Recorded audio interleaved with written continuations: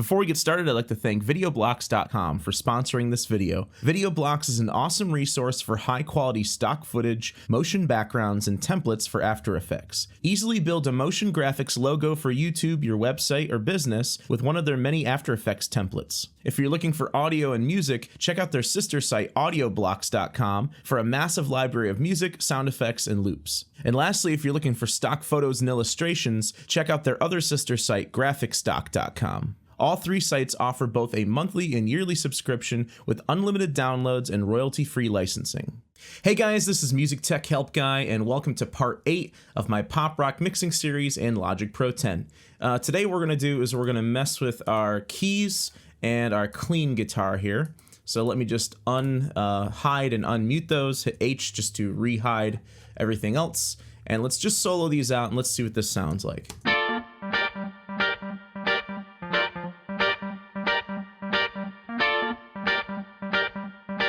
So it's this sort of like offbeat reggae rhythm that sort of goes on through almost the entire song underneath the main groove that we worked with in the previous video. Let's start with the clean guitars here.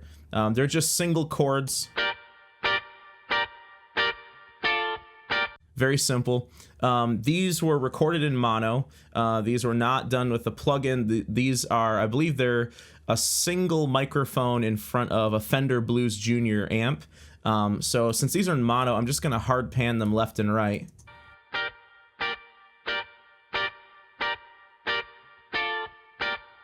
Just to give them a little bit of space and dimension there. Let's take a listen to the keys.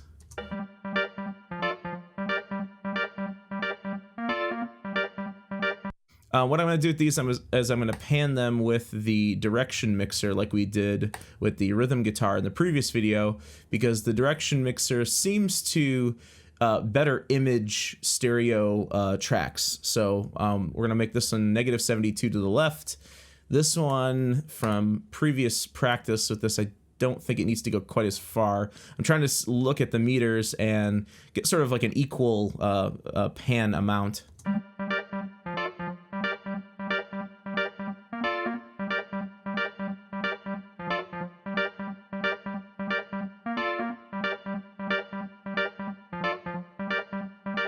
So I'm trying to keep the sort of inside channel on both of these roughly about the same. So that's pretty good. Let's go ahead and listen to both of these at the same time now.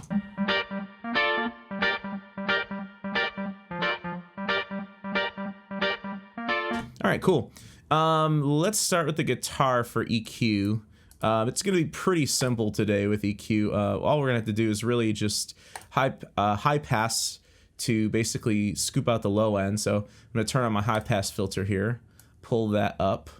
Let's turn the analyzer on. Oh, and there's another part in there too we got to talk about.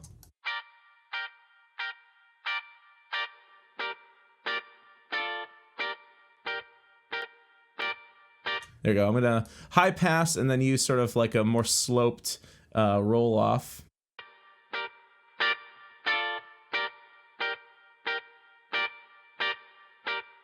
Boost around 2500, that sounds good. So let's copy that over to the other guitar. And the only thing I'm going to do dynamics processing wise is I'm actually going to use the enveloper again, just to sort of bring out the punch of the front end of each chord. So all I'm going to do is just pull the gain up on the attack just a touch, not a lot. I'll pull the look ahead forward a little bit too. Pull the threshold up.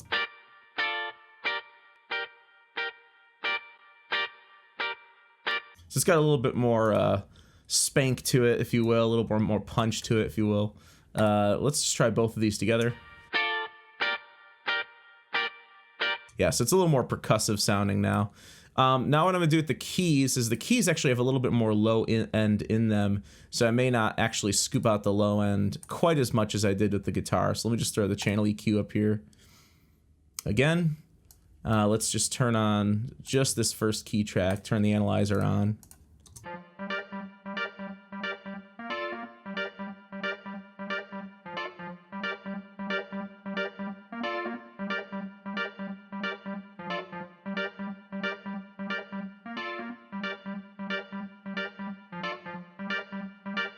That sounds pretty good to me. I just bumped up the low mid-range here just to get that little bass note that's on the offbeats a little bit more present.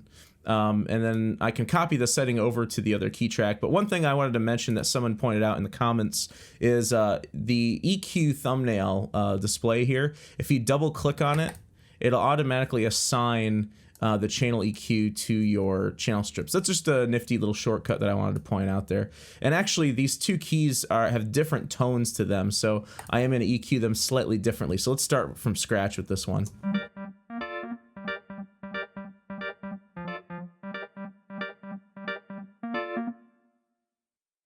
We go back to the beginning here.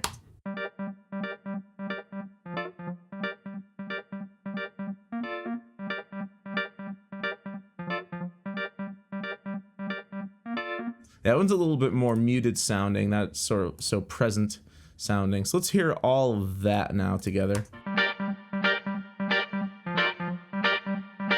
Cool. Let me go ahead and just copy the enveloper over to the keys. Let's see if that gives the keys a little bit more punch.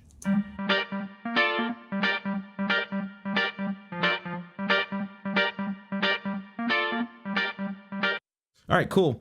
Now, the only other thing I want to do with this is pretty much the keyboard idea is the same throughout. But when we get to the bridges, there's two of them. The guitar idea changes a little bit. It goes to this. I'll just solo it.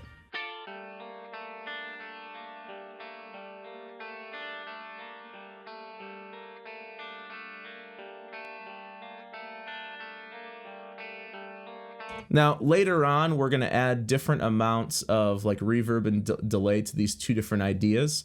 So what I actually want to do is I'm going to duplicate both of these clean guitar channels, and we're going to split just this section down to another track, just to save us some automation trouble in the future. And I actually kind of want to use a little bit different EQ tone for this part than for this part. So to duplicate tracks, you just click on this button right here.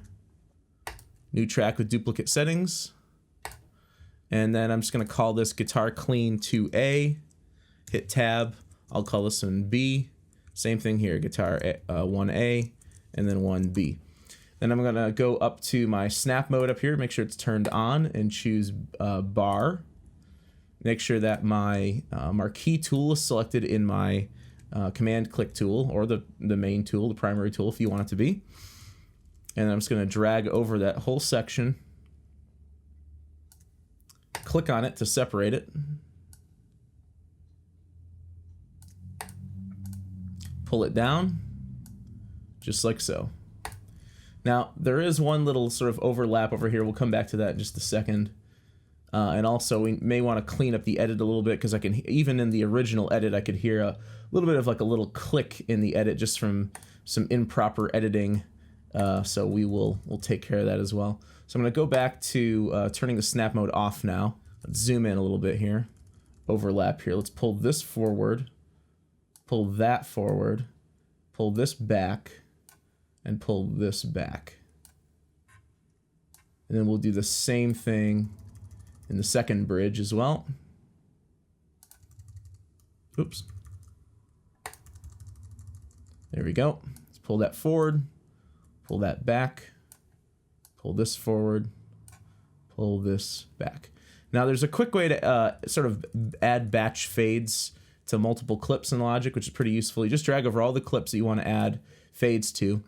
You go up to your region parameters up here. It says region 10 selected.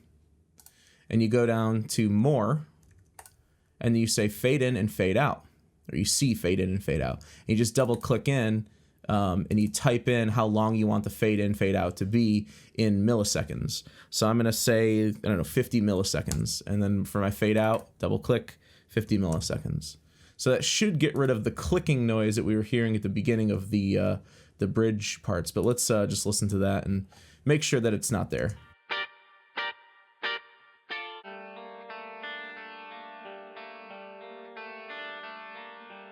Yeah, I mean, it kind of comes in a little abruptly. But later on, when we add delay and reverb to this, it'll sort of mask that that edit. Let's just give this one last little listen here, and I want to see how these bridge guitars stand out in in the bridge with the sort of the main idea.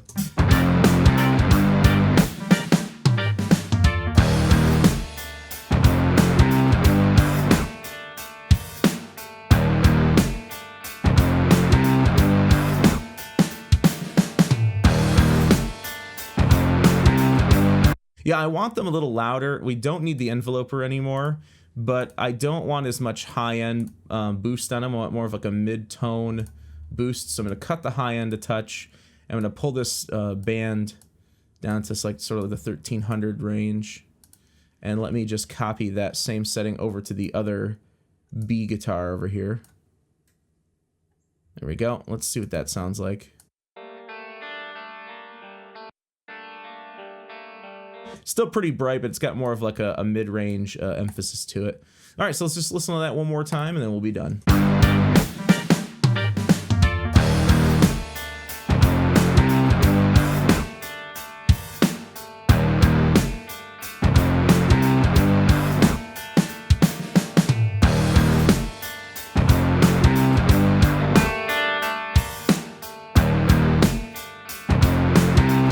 Alright, that's it for the clean guitar and keys. In the next video, we'll move on to the synths and guitar solo, and then move on to mixing the vocals after that. Remember, if you'd like to practice mixing and work along with me, I've made the multi-track Logic session for this song available for download. There's a link in the video description below. I hope you guys enjoyed the video, and thanks for watching.